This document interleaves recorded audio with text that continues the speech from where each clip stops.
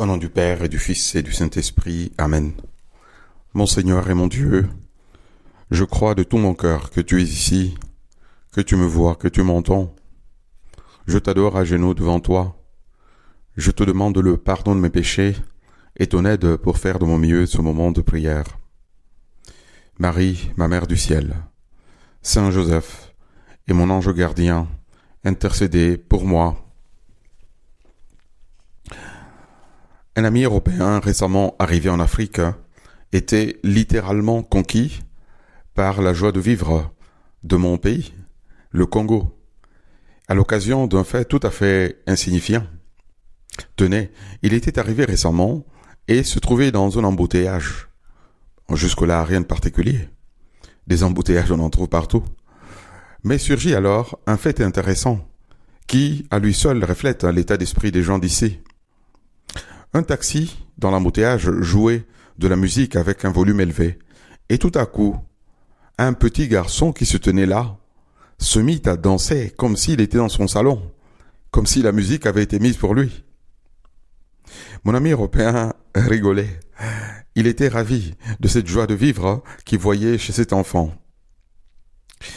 Eh bien oui, chez nous, malgré les difficultés sociales ou économiques, tout est prétexte pour rire, chanter ou danser. Et je dois avouer que de ce côté-là, Dieu nous a bien servis. La joie s'exprime souvent, effectivement, par là, par la danse, le rire, le chant, ou simplement par la bonne humeur, qui est un bien, une qualité profondément chrétienne, et qui est un fruit de la proximité de Dieu, un effet de la présence de l'Esprit Saint dans l'âme, de la communion avec Dieu. Dans l'évangile du jour, le texte qui nous est proposé à notre méditation est celui de la visitation de Marie à sa cousine Élisabeth. En ce jour-là, dit ce texte, Marie se mit rapidement en route et se rendit avec empressement vers la région montagneuse dans une ville de Judée. Elle entra dans la maison de Zacharie et salua Élisabeth. Or, quand Élisabeth entendit la salutation de Marie, l'enfant tressaillit en elle. Alors Élisabeth fut remplie d'Esprit Saint et s'écria d'une voix forte, « Tu es bénie entre toutes les femmes, et le fruit de tes entrailles est béni. D'où m'est-il donné que la mère de mon Seigneur vienne jusqu'à moi ? Car lorsque tes paroles de salutation sont parvenues à mes oreilles, l'enfant a tressailli d'allégresse en moi. Heureuse celle qui a cru à l'accomplissement des paroles qui lui furent dites de la part du Seigneur. » C'est le texte bien connu de la visitation de Marie à Élisabeth. Seigneur, ta rencontre avec Jean le Baptiste, tous deux dans le sein de vos mères, de vos mamans respectives, provoque la joie de ton cousin Jean. Rien que ta rencontre, te sentir tout proche, le petit Jean, qui est dans le sein de sa mère, se sent joyeux. Il est dans l'allégresse. Fais que je sois moi aussi instrument de ta providence, pour porter cette allégresse, cette joie, à ceux que je croise sur ma route, à ceux dont je m'approche. En effet, la joie est une composante nécessaire de la vie chrétienne, de la tienne et de la mienne. Quelle chose terrible, n'est-ce pas, que la vie d'un disciple de Jésus qui est triste, qui est commettant. Cette vie-là, on dirait, c'est comme un jour pluvieux et sans soleil. Ces jours-là, personne ne les aime. Prions et demandons, Seigneur, de nous garder d'une telle attitude qui serait néfaste pour toi et moi et ne nous aiderait pas spirituellement et n'est pas non plus profitable pour nos proches ou les personnes avec qui nous vivons.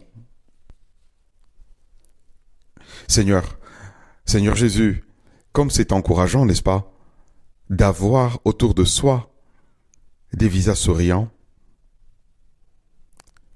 Oui, le sourire est contagieux. Si je puis me permettre, le sourire est contagieux. Il n'y a qu'à voir quand nous sommes en train de sourire et que nous regardons en face une personne dans les yeux. Il a tendance aussi à sourire. Comme le comprennent si bien les agences de publicité qui, souvent, pour nous inciter à acheter, placent une personne qui sourit derrière n'importe quel produit, en étant sûr que ça va provoquer la même chose. C'est-à-dire, la personne dira, puisque cette personne qui est là sourit, eh bien moi aussi, je veux acheter ce produit, parce qu'ainsi, je vais être souriant. Ma vie va s'éclairer. Le soleil de la joie va rentrer. Ô Jésus, puisque tu es avec moi, et tu es toujours avec moi, aide-moi spécialement pendant ce temps de Noël qui va commencer, à m'efforcer de sourire. Oui, parfois il est nécessaire de faire un petit effort, de charité bien sûr, pour sourire, car il ne manque pas parfois des motifs qui peuvent nous inciter à rester sérieux, un peu taciturne, comme rêveur plongé dans nos pensées.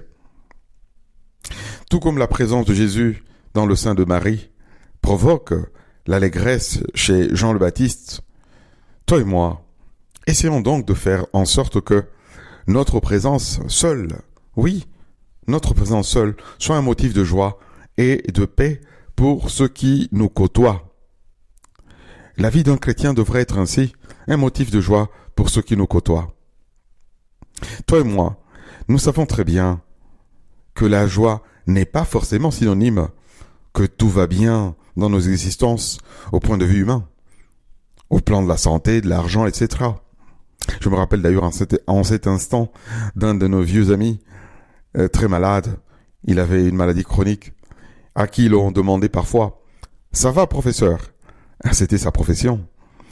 Il répondait « Du point de vue corporel, en réalité, rien ne va.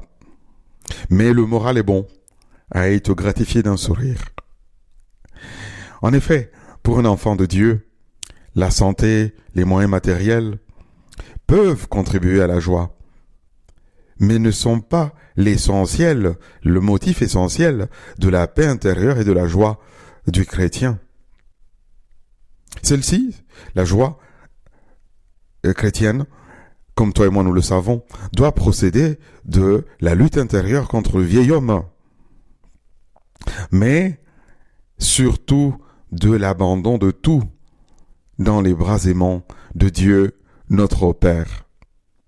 Ô Jésus, bientôt Noël arrive. Je vais te contempler dans la crèche à Bethléem, pauvre, sans tous les jouets, les gadgets, entouré de jouets, des gadgets qu'on peut voir chez les petits d'une famille, moyennement riche, je dirais. Et toi, tout en étant Dieu, tu ne t'en préoccupes pas. L'affection, la chaleur des tiens, de Marie et de Joseph te suffit. Et cela te suffit amplement pour être joyeux. Et pour le reste, tu restes confiant dans les soins de Dieu le Père. Pour revenir au récit du début de notre méditation d'aujourd'hui, de ce petit passant qui exprimait sa joie de vivre en dansant à l'occasion d'une musique fournie par un taxi qui lui-même était dans un embouteillage. Toi et moi, nous pouvons aussi être comme cet enfant. Ne sommes-nous pas des enfants de Dieu, après tout? Et pour beaucoup que nous nous soucions des choses, est-ce qu'elles s'arrangent forcément pour cela? Prenons la petite résolution, toi et moi. Oui, prenons la petite résolution d'être contents de nous abandonner dans les bras de Dieu. Certes, de faire le nécessaire pour que les choses s'arrangent, faire le nécessaire pour que les choses matérielles pendant ces temps de fête, que la maison soit pourvue de tout, que du point de vue de la santé, de soigner notre santé, de nous soigner. Mais confions le reste au Seigneur, abandonnons-nous en Dieu. Ainsi, toujours nous serons contents en nous rappelant, je suis dans les bras de Dieu, Dieu est mon Père. Ceci ou cela Ça fait rien. Ça fait rien. Prenons cette petite résolution, toi et moi, et ainsi, en faisant comme cet acte d'abandon, confiant en Dieu, quoi qu'il arrive, nous ne perdrons pas la paix et la joie intérieure. Le sourire sera toujours sur nos lèvres. Le temps de Noël est déjà imminent. Il nous donnera beaucoup d'occasions de goûter et de faire goûter aux autres la joie profonde de notre filiation divine dans le Christ. Je te remercie, mon Dieu, des beaux désirs, des bonnes résolutions et des actes d'amour que tu m'as communiqués dans cette méditation. Je te demande de m'aider à les faire fructifier. Marie, ma mère du ciel, Saint Joseph et mon ange gardien, accompagnez-moi toujours en chemin.